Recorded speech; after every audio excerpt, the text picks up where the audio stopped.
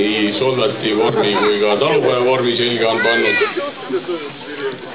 Tahan teile kõigepealt selgitada paari asja, et miks me siin oleme ja mida me siin tegema hakkame.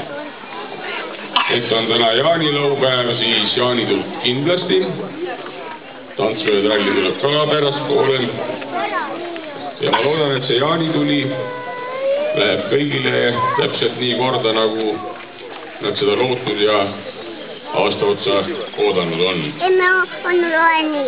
Aga enne tuld üritame jalutada läbi 200 aasta taguse ajaloo. Läbi nende sündmuste, mis meie arvame siin toimunud olevat. Sest need, kes sellest täpselt teavad, neid enam ei ole. Tegemist ei ole meil mitte mingil juhul teatriga. Teadupärast algab teater garderoobis, seda meil ei ole. Tegemist on kogukonnateatriga, kus kõik saavad osa. Ja proovimegi liikuda samas kohas ja mõelda sellele, et seal kohas, kus teie seisate või kus teie istute, 200 aastat tagasi käisid, olid, elasid, tegid tööd need inimesed, selle sama maa peal, kus teie olete. Ei olnud siis autosid, olid hobused. Aga kõigepealt ma tahan teile tutvustada ühte meest. Tema nimi on Tõnu. Tõnu, tule siia. Kuni perekonnanimede panekuni kasutasid talupojad lisanimesid, mis langesid ühte kas siis talunimega, sulastel peremehe nimega või olid hoopis seotud siis ameti, päritolu või rahvusega. Nii et igat sorti võimalusi ja nimesid oli. Niisiis, Tõnu, võta kaapu maha. Tõnu, Karinu küla, Karinu mõisa, teomees, Tõnu. Vaat teomees oli selline mees, kes käis mõisas tekk tegemas. Te küsite, et mis teo ta mõisas korda saatis. Ei saatnud mingit tegu. Ta käis mõisas tööl. Sellepärast, et ta elas ja oli mõisa maa peal. Ja see töö ei olnud mitte kerge. Ja seda tööd oli pagana palju. Niisiis Tõnu ja tema kaaskannatajad ehk siis maarahvas pidi hommikust õhtuni ja õhtust hommikuni sõna otseses mõttes seda tööd tegema. Sest nad olid mõisa omand. Tõnu oli siis, kes pärisori või nii. Ja pärisori oli tegelikult tol ajal päris niru olla. Peale selle, et nad pidid mõisat raske tööga orjama, võis igal hetkel mõisnik oma suve järgi oma talupoja vahetada kas tõllarataste vastu või jahikoerte vastu või oma suve järgi peksa anda, kui talupoeg tema mõisniku arvates eksis, nii et neid võimalusi oli palju, kuidas talupoega alandada ja karistada. Aga ühte asja ei tohtinud mõisnik teha. Mida ta ei tohtinud teha? Ta ei tohtinud tappa kohtuotsust. Õige. Ja talupojal ei ole mingit õigust. Härra on tema jumal. Härra on tema jumal, vaat nii, aga see oli enne. Nüüd 1805. aastal oli kõik veidi teistmoodi, aga natukene veidi. Te muidugi küsite, et mis tegu siis see Tõnu mõisas pidi tegema, et teda koerte või tõllarataste vastu ei vahetataks. Esiteks hakka nüüd lugema. Kuulake tähelepanelikult. Esiteks korraline nädalategu. Meestel olid need rakmepäevad, pidid tulema mõisa oma hobuse või härjaga, kui hobust ei olnud, ja tegema seda, mis mõisavalitseja ütles või mis eelnevalt kokku lepitud oli. Siis olid jalapäevad. Jalapäevasid tegid vaid. Et siis tüdrukud ja naisterahvad, alaealised. Ja oli selline rohkem suvine värk, lambapügamine, linasugemine, siis oli hooajatööd ja viljalõikus, sõnnikuvedu, heinad, jah, reedeks oli ka, jah. Siis oli veel loonusandam. Iga talu pidi maksma 2 tündritäit vilja, otra, kaera, jah, kanu, jah, vett, või, jah, lase jääb, mine istu võrdse laua taha. Niisiis, seesama Tõnu käis lühikest aega enne viljalõikust nii Jaagupi päeva paiku, ehk siis juuli teisel poolel kõrtsis. Võttis ta viina või võttis õlut, ma ei tea, midagi ikka võttis. viina õlut, ikka. Nii, ja seal kõrtsis. Kuulis ta ühte. Üks Tammiku talupoeg rääkis talle hoopis teisest seaduseraamatud, kus olid koormised kirjas. Ja selles teises seaduseraamatus oli kirjas, et öösiti ei peagi enam mõisas reht peksma, sest reht peksti mõisas öösiti kuni jõud.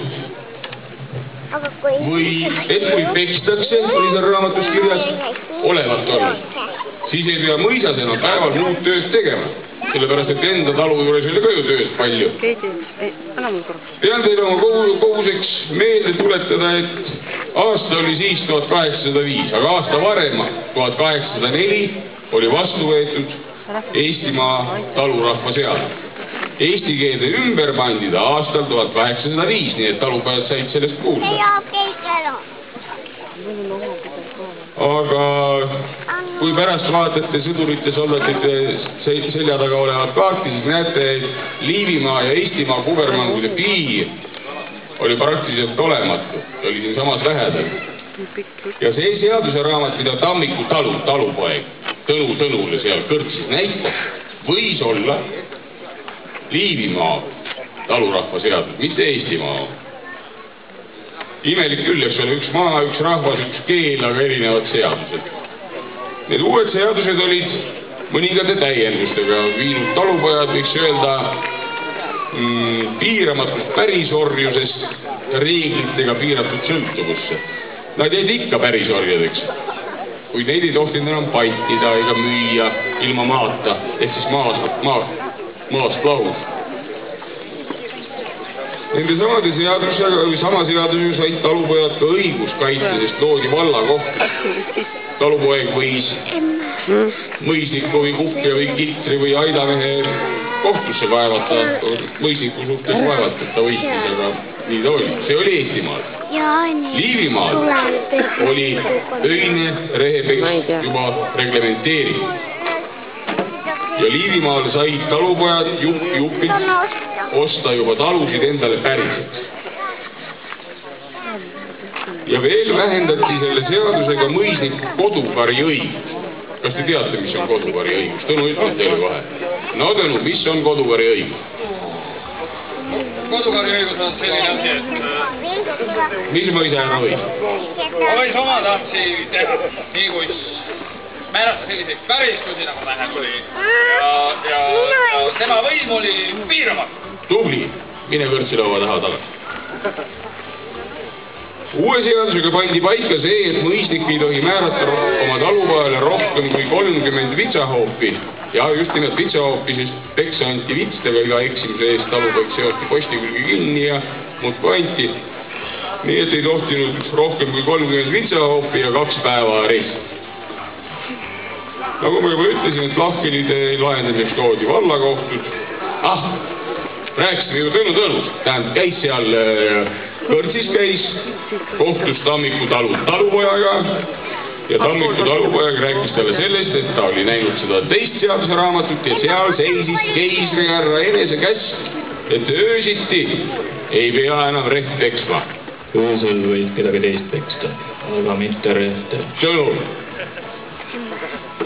Ja Tõnu tuli muidugi kõrtsist tagasi Tiirataara Karinule ja rääkis sellest seaduseraamatust ka teistele. Ja varsti teadsid sellest seadusest kõik ümbruskonna talupojad. Ka seidlaamad. Ja seidla omad läksid nii pööraseks, et juba 10. augustikupäeval aastal 1805 ajasid nad seljad sirgu ja teatasid, aitab küll.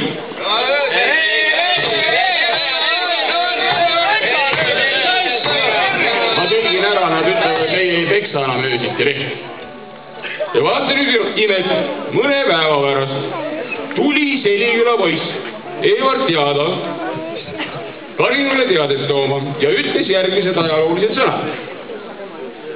Seidlevaid valitsid, mõisnik mökutas ja mögises, kuivas läks näost roheliseks, lõpuks et mõisnik ma saks ka järele. Öösel rehte peksta, ainult päev, vaat nii. Vot nii, nüüd läks lahti. Kuuldes sellest, mis Seidlas, läksid Karinu mehed nii-öelda pöördesse. Tõnu ja Evart Jaado ja Sassiari Juhan ja Nuga Toomas ja ma ei jõua kõik neid ette lugeda.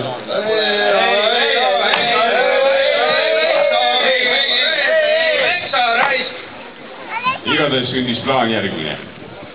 Kui härra väga tahab, et öösiti tema reht tekstaks ja päeva tema põllu peal oretaks, siis andku meile üks vähe. Parem 2 päeva vabaks ja maksu 30 kopikat. 40! Need rehe juurde. Karinu mõisas oli tol ajal 3 reht, on ka praegu. Need on need olemas. Valitseja, Upja ja Kitri rehi.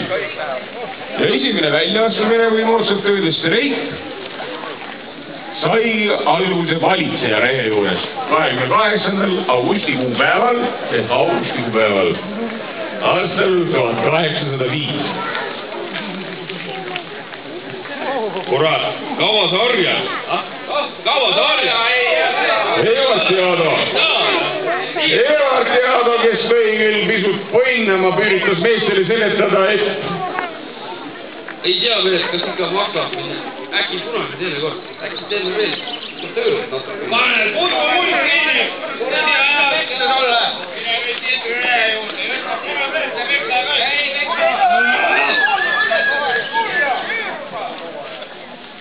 ja nii saadetigi Evart Jaado valitseja rehe juures Kiltri rehe juurde sõnumiks viima. Kiltri rehes oli tol ajal rehepapiks Tõnis Jaado. Üks igavene kere rehepapi oli, ta oli aastates üle 50, kui ma hästi mäletan, 56, aga see oli tol ajal väga kõrge vanus, sest Viin viis meestelt töövõimu juba 40. Ja nendel toimus arvatav järgmine sõnavahe. Tõsin teistega mõtlesin, et või seda viisid. Teie õigte rehte enam ei peksa. Selline üle peksa. No mis kurat juttu sa ajad? Kohe tööle või annan koodiga. Ja maja juures saavutsime samma rehtega Tõnu oma sõpradega. Mis te mehed mögutate? Valitsuse rehe juures meie rehte ei peksa. Lõpetage ära! Võlsate koodiga! Ja vaikus ja nii lõppes tööga Kiltri rehes. Korraks leematas nehi veel Karinu mõisavalitseja Jüri, kes tavaliselt kogu seda töökäiku pidi jäi. Mis siin toimub? Või miks siin mitte midagi ei toimu? Meie ei peksa täna, ega üldse kunagi reht, kui selle eest päevi arvestata. Teistes mõisades, Seidlas, Roosas, pekstas reht ainult päeva. Meie öösel ei peksa. Ei peksa. See, mis mujal tehakse, pole teie asi. Kohe tööle! Ja nagu jätkus julgust meestel töös keelda, Jüri sinna vaika jätta ja laiali minna. Aga 3. rees ehk siis Kupirehes sel ööl töö veel käis, aga ainult sellel ööl, sest järgmisel ööl oli seal ka vaikus. Ja selles vaikuses saabus järgmine hommik. 29. augustil 1805 pidid kõik teomehed valitseja Jüri käsul ilmuma mõisa. Noor härra Karl Wilhelm von Rosen mõisamaid tahtis ise oma valijatega kohtada või nende teomestega. Ja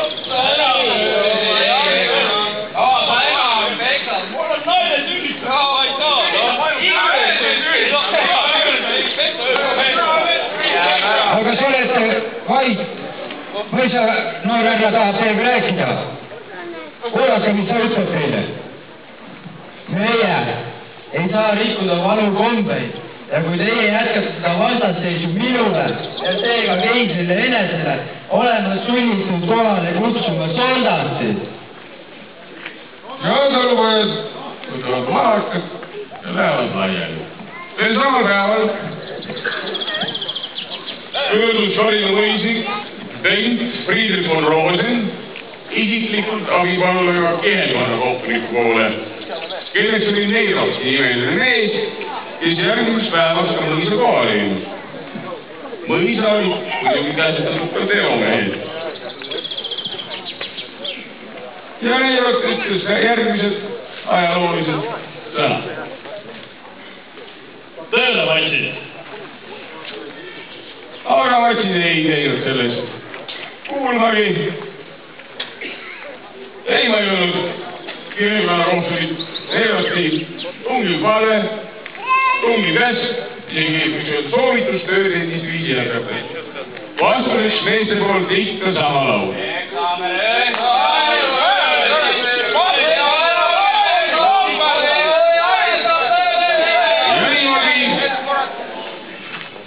Ja niimoodi see vastasseis Harjul kestis. Reedeks oli Harjul seistud ja ega teised tööd ei edenud. Ühel päeval üks talumees, teisel päeval kaks, läksid lihtsalt päevaks, mõni isegi nädalaks töö juurest minema ja mõisas oli pea kogu töö seiskunud. Arvatavasti otsisid kõik seda õiget seadusraamatut, kus keiser ise. Ja nii arutati võttis küla peal, et mis seal õiget seadusraamatus kirjas võiks olla. Mõni teadja olevat kuulnud, et õiges seaduseraamatus öise leheküljel oleks lausa 7 kõrget kindralit alla kirjutanud. Mõni jälle keiser ise selle lehekülje kirjutanud ja sinna alla 3 pitsatit pannud, millest 2 musta ja 1 punane olevat olnud. Muidugi arutati ka teiste mõisate teomeestega selgitati olukorda ja kutsuti üles oma õiguste eest seisma. Kuna Kihelkonna kohtuniku võimust ei väheks, kutsuti Haagi kohtunik ja 4. septembrikuu varahommikul saabus Harino mõisa ei keegi muu kui kurikuulus riiuluhtuse viljeleja Haagi kohtunik Magnus von Bär. Siia vahel ütlen seda, et tema poeg Karl Ernst von Bär oli kuulus arsti ja loodusteadlane ja tema näopilt oli meie siis Eesti Vabariigi 2-kroonise rahatähega, sealt vist vahel. Nii. Ja toimuski kohtumine Haagi kohtunik Bääriga. Teomees värvavad läbi segi. Äänage tagasi, Nurme! Ei ole koha ees!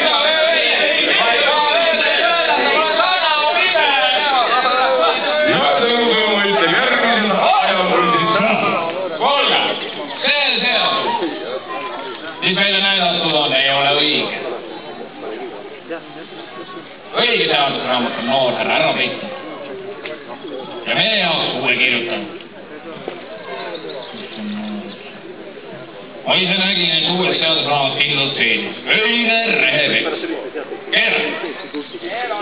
Ja sellel oli 7 kindralist alla kirjutanud. Jah. Ja arvune keiser. Ja pitsad. See seadusraamat, matsid mulisete, võib olla Liivimaa kubermangu, mitte Eestimaa kubermangu seadusraamat. Teie olete Eestimaa kubermangus ja allute tema seadustele. Kui te kohe tööle lähete, saate leebemad karistused. Aga karistused saate. Tehke oma tööd edasi ja esitage oma kaebused seaduslikus korras. Ütle nagu lambaväri. Kaduge tööle!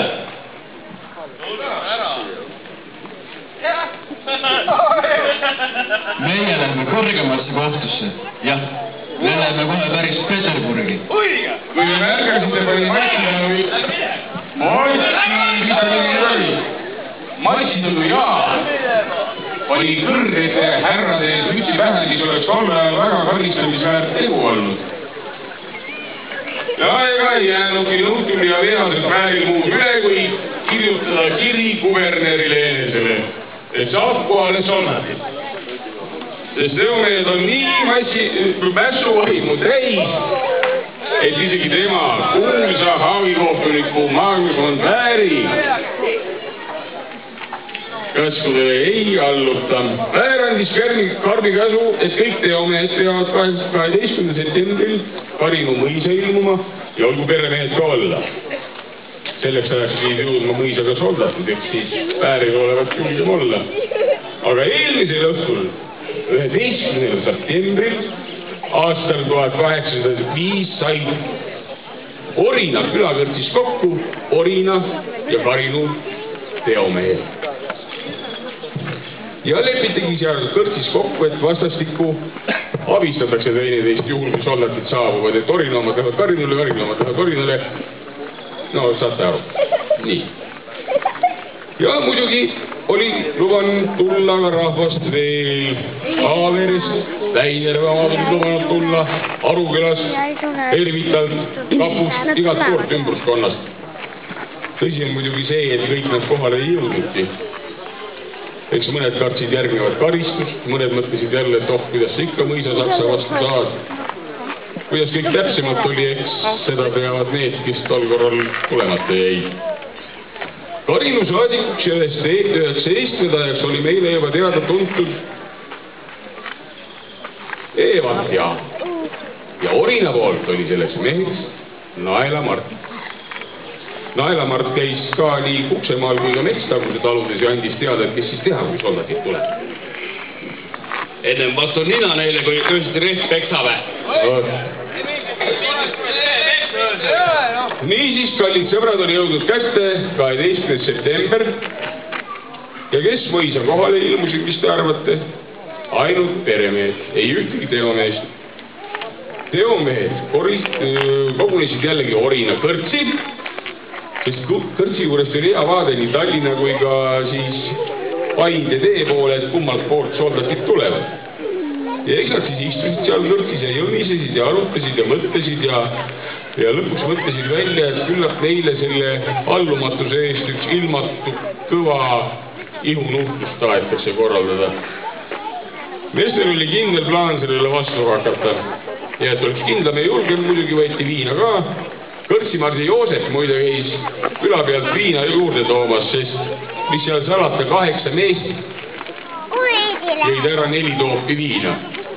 Üks toop on 1,23 liitrit, nii et nad jõid ära pea 700 grammi näppi. Veel kord on viina!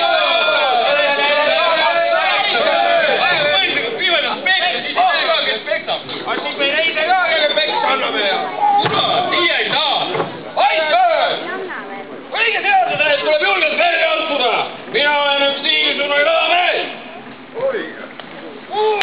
Mina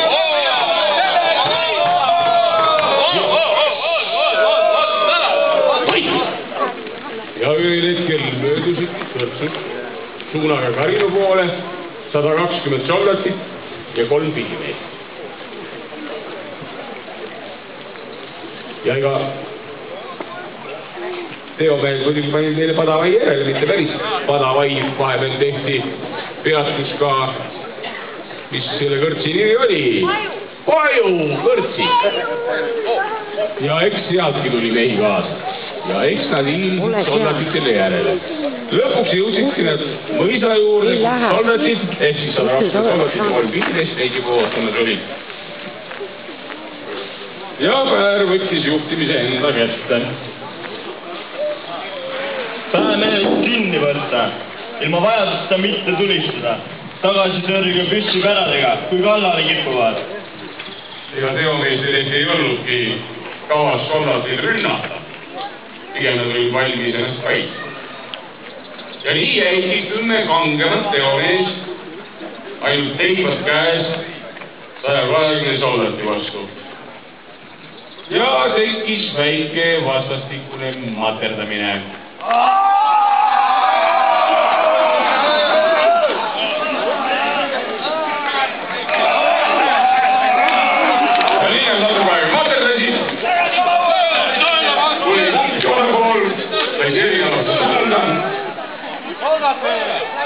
esimese käskude ajal sai surma Orina teomees Upsalu Andres Kaal. Rodelfite poolt sai surma Leitnandi auastmes ohvitser, kes oma meestega püksipäradega nii kõvasti selga sai, et aastal surnud oligi. See oli nii-öelda esimene laine.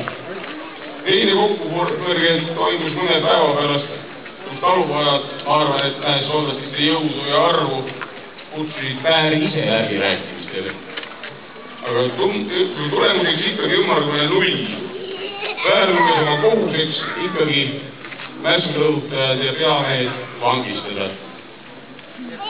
Kui te rahumeelselt oma kohustuste juurde lähete, siis võib-olla karistatakse peasüüdlasi mõõdukalt ja vähem süüdlased jäävadki karistamata. Ei mõjunud see just rahvale. Kõik tähtsam on see, et päemehed mässulõhutajad kinni võtta. Kas püssid on laetud? Jaa! Islandi ristivägi, laadi kohe püssid, aga ärge enne tulistage, kui tuleb kallale kippuma. Kohe laetud! Jaa, sommepõinis ongi aluvajal maha. Püssid ei minema, kohe tulevad ka 6 pauku, mis tegid kõlada.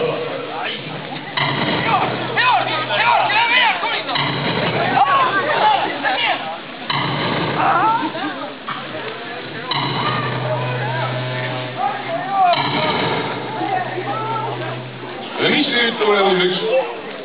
Üks jala saavutatud mees ja igasse võimalik kanti laiali jooksev talurahva mass. Aigotrik Päär tundis uhkust ja talupojad laiali jooksnud talupojad hirmu oodatava karistuse ees. Ja Päär kirjutas oma raportis kubermangu valitsusele. Suutsin rahutused maha suruda. Enne kui tuli oleks kogu ümbruskonna haaranud. Siis ei oleks olnud seda nii kerge kustutada. Kui vastu hakanud ja selle käigus tapetud Toho Andres ja Karl ühte kaugel asuvasse paika loistati ja seal auku aeti ja kõik vaikseks. Ja talupoegade poolt vastu hakkasid enam polnud. Vot nii. Ja 14. septembril aastal 1805 tuli Orina talupojad võistliku juurde, palusid armu ja alustasid lõpmatuna näivat tööd.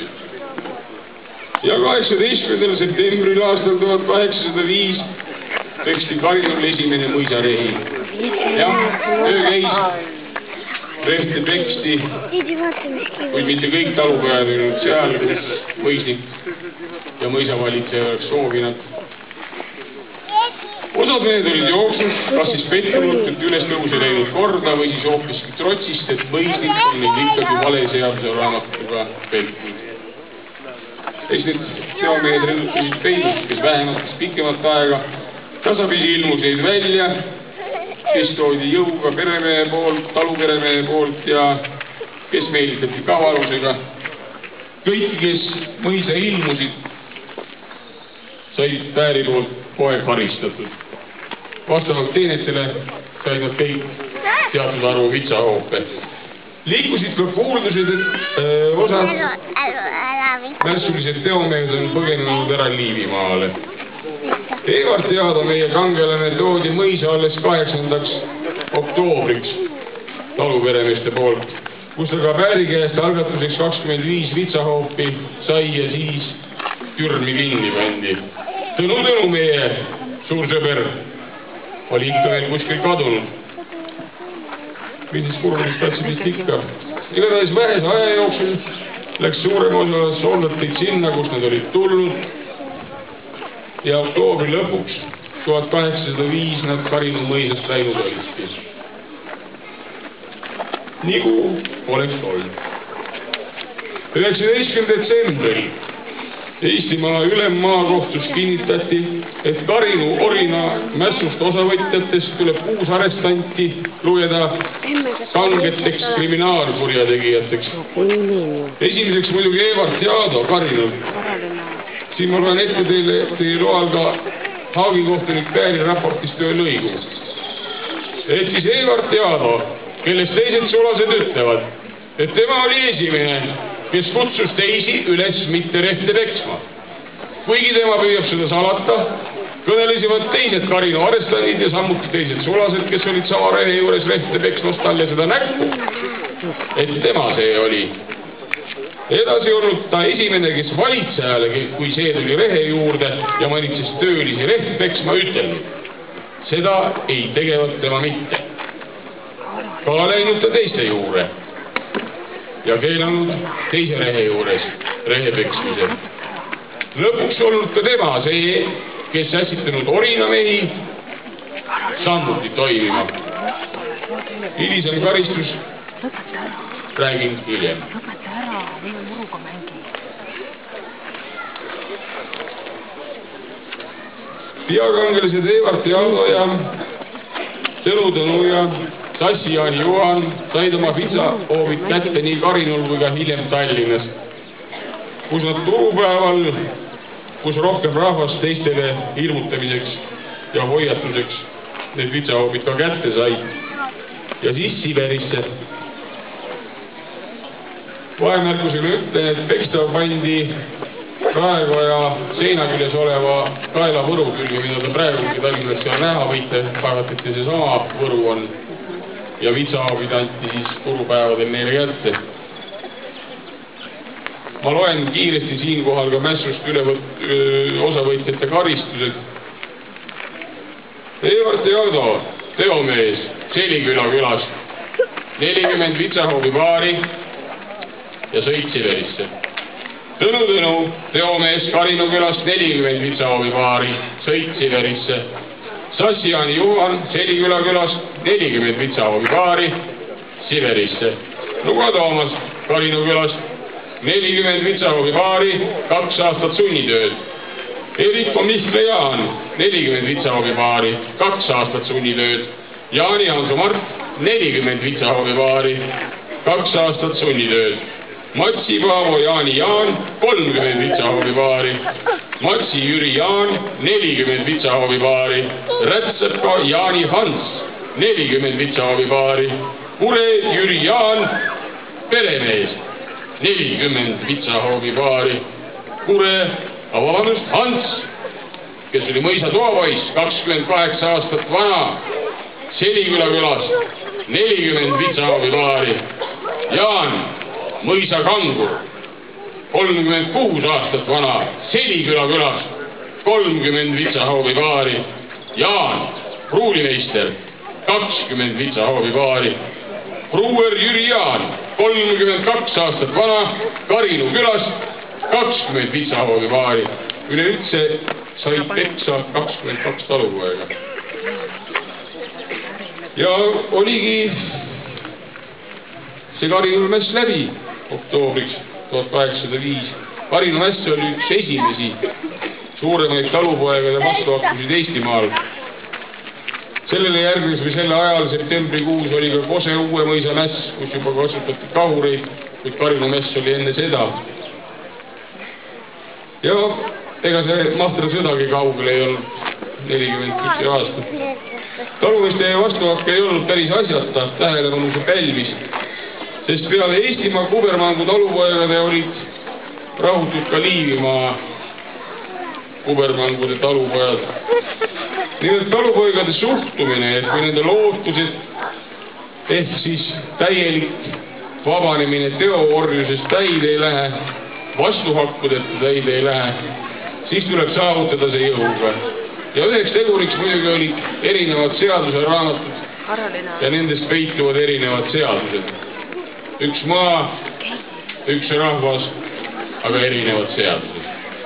Natukene oli sellest nagistamisest kasu ka, sest aastal 1806 võttis Eestimaa maapäev vastu otsuse öise rehepeksu reguleerimise kohta. Järgmine talurahva seadus võeti vastu aastal 1816 ja selle seadusega kaotati talupoegade isiklik pärisorjus, kuid kogu maa kuulutati mõisniku omandiks. Selle aja vahele jäi negrutiks võtmine, Napoleoni sõda ju, siis ikalgus, sellest tulenev näljahäda, aga teie rahustuseks sellest täna ei räägi. Eks kunagi teine kord. lõpetan pastorite sõnadega maarahvale uue seaduseraamatu siht, kuidas nad seda tõlgendasid. Nad selgitasid seda nii. Teie ei saa mitte küll nii vabadeks inimesteks, kui need, keda te linnades ja siin-seal maal näinud olete. Ja kes oma passidega võivad käsile võtta iga õige ameti või käsitöö, mis neile meeldib. See ei käi mitte teie kohta, sest kes hakkab siis põldu harima? Ja kui põllu harimine otsa saab, kust võetaks siis see leib, mis meid toidab? Ja sellega, kallid sõbrad, täna lõpetamegi. Aitäh!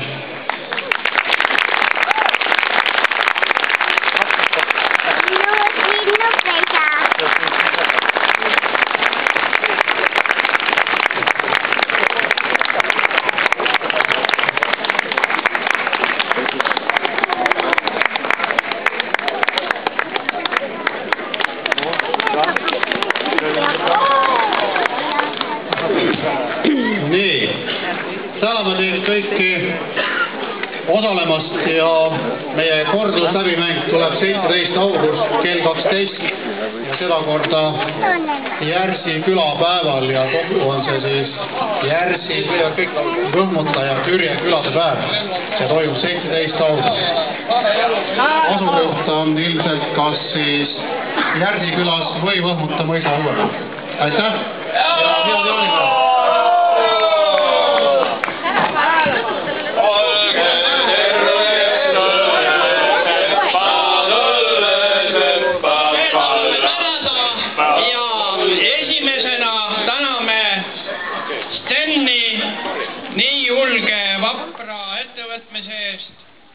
Ja kingime talle naabermõisa, Aruküla mõisa valitseja härra Tolli ajaloolise sõjakäigu, et sul ikka oleks ka sõjakäigus verd ja langenuid. Nii et palun. Ja ma kutsun siia ka selle mõtte algataja ja uurija Vello Kallandi ja Aime Kallandi. Vello ja Aime, palun.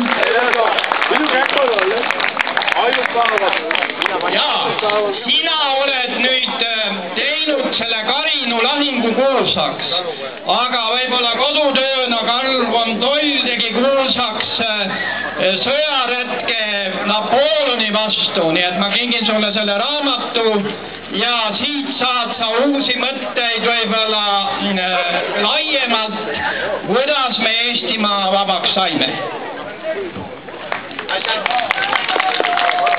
Tänan väga. Ja täname ikkagi seda head seltskonda, natuke vähe verd oli ja langenud ei ole, aga järgmine kord, kui mängite, siis 2 langenut ja mõned verepisad. Nii, aga tegelikult Järsi külal on selline väga arvusane lugu, kus sellel aastal täitub 760 aastat esmavainimisest ja see oli 23. september. Aga külapäeva peame siiski 17. august. Ja ma mõtlesin, et meil on selline medal, kangelasmedal. Ja anname medali number 1 Stenile. Nii. Aga medal number 2 kutsume siia Vello ja Aime.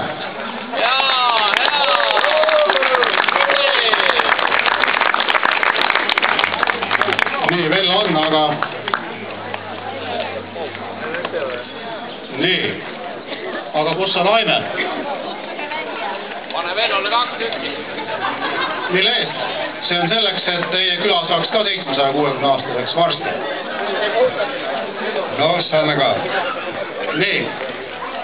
Aga kas meil on ka siin Tammsalu vallavanem ja Järvajaani vallavanem?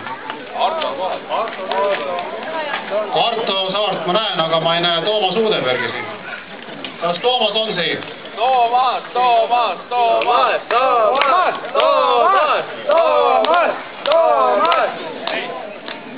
kus võiks olla Toomas, Uudeberg. Nüüd on selline lugu, et anname sulle ka medali.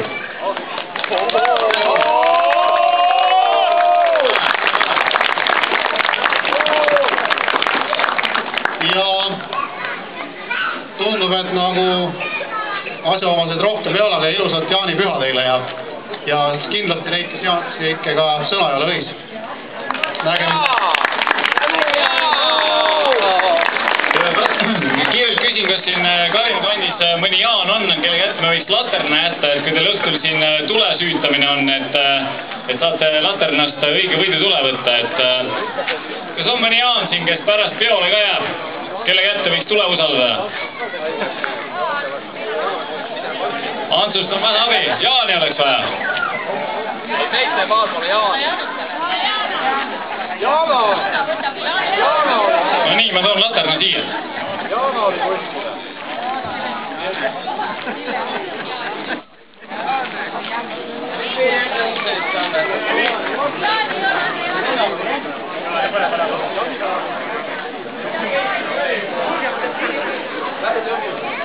Ei, väga hea.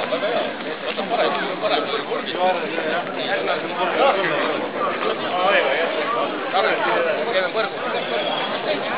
Andsin külavanema Aivari kätte. Sa saad kodu õlle. Karinu küla õlle. Täpselt.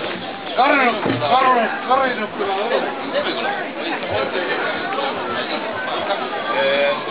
Kus paistab põrgulinna, kuradi kodu näikse. Enne kus paistab põrgulinna, kuradi kodu näikse. Sinna vallid valgendavad, sinna harjad haljendavad, sinna vallid valgendavad, sinna harjad haljendavad. Iga päev siin peksetakse, lihakilla leigatakse. Iga päev siin peksetakse, lihakilla leigatakse. Pilverda mõedetakse, taksal süüa saadetakse. Pilverda mõedetakse, taksal süüa saadetakse. Juhrull annetakse, kuubjakesta kastetakse. Juhrull annetakse.